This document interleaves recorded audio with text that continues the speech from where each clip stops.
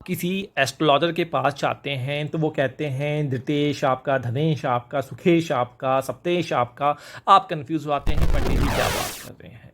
तो उन लोगों को भावाधिपति कहते हैं। मतलब कि आपके चार्ट में ये देखिए 12 भाव हैं। ठीक है जी, मान लीजिए ये आपका भारत है और भारत में ये 12 डिपार्टमेंट हैं और इस हर डिपार्टमेंट का कोई चीफ मिनिस्टर होगा या कोई कैबिनेट मंत्री होगा। उन कैबिनेट मंत्री का जैसे फाइनेंस मिनिस्ट्री हो गई, होम मिनिस्ट्री हो गई, उसी प्रकार से इन भावों के नाम होते हैं। ठीक है सी। तो जन्म कुंडली में जो ये द्वादश भाव होते हैं उनमें से प्रत्येक भाव के स्वामी को उसी भाव के नाम तथा गुण के अनुरूप संबोधित किया जाता है, जिसे हम भावाधिपति कहते हैं। तो वीडियो को अंत तक देखिए क्योंकि बहुत इंपॉर्टेंट वीडियो है। आप ये भी नहीं, आप चले तो जाते हैं, मान लीजिए बहुत बड़े एक विद्वान के पास चले गए जिनके लिए आप हजारों लाखों रुपए अपॉइंटमेंट लिया आपने, वो फटाफट बोलते चले जा रहे हैं आपका भावेश ऐसा है, आपका सप्तमेश ऐसा है। आप कहते हैं हाँ हाँ हाँ हाँ हाँ और आपको कुछ पता ही नहीं है। ठीक है, तो ये नोट कर लीजिए आप। ठीक है जी। तो देखिए जो भी आपकी कुंडली में बर्थ चार्ट में जो पहले घर का मालिक होगा, फर्स्ट भाव का, यहाँ पे 1 से लेकर 12 तक नंबर लिखे हो सकते हैं। ठीक है जी। और आपको मैंने बताया है कि हर एक नंबर का कोई ना कोई स्वामी होता है।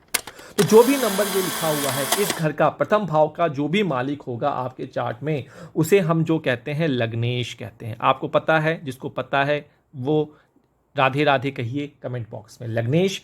या फिर आप इसे दूसरा नाम दे सकते हैं प्रथमेश। ठीक है जी, कंफ्यूज होने की जरूरत नहीं है। ठीक है जी। या आप इसको देहाधीश कह सकते हैं। क्या?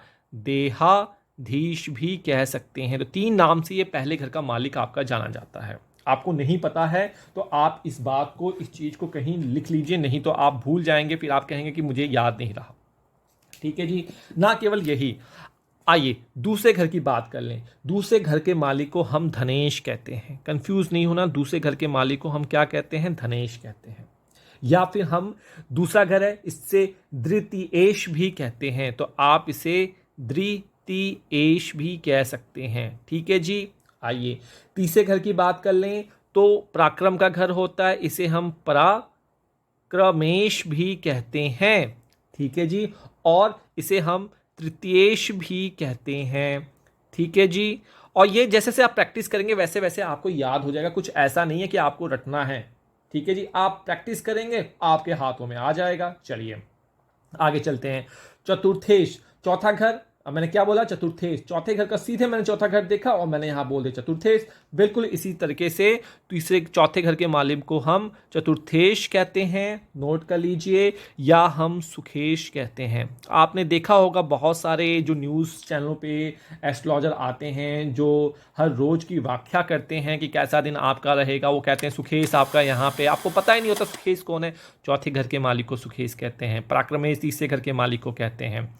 अगर आपको किसी प्रकार की कंसल्टेशन चाहिए तो हमारी ऐप ज्योतिष घर एंड्रॉयड ऐप प्ले स्टोर से डाउनलोड कर लीजिए। हमारी वेबसाइट से आप संपर्क कर सकते हैं। फ्री में कंसल्टेशन चाहिए तो ऐप को डाउनलोड कीजिए, वेबसाइट पे जाइए, फ्री कोड सेक्शन को ये कोड आपको शेयर करना है। ये कोड चेंज होता रहता है। इंस्टाग्राम, फेसबुक, ट्विटर पे धैर्य बनाकर रखना है। जैसे ही आपका नंबर आएगा आपको रिप्लाई कर दिया जाएगा। ठीक है जी। अब पांचवें घर के मालिक को जो हम कहते हैं पंचमेश कहते हैं, जो कि आपके प्रेम को रिप्रेजेंट करता है, आपके बच्चे को रिप्रेजेंट करता है। ठीक है जी। छठे घर के मालिक को हम षष्ठेश कहते हैं। षष्ठेश, नोट कर लीजिए, षष्ठेश कहते हैं। ठीक है जी।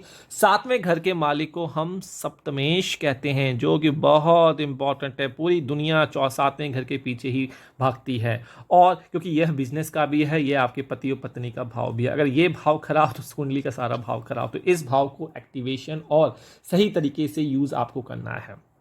ठीक है जी। उसके बाद आठवें घर को क्या कहते हैं? अष्टमेश कहते हैं। ठीक है जी। नवम घर को क्या कहते हैं? नवमेश।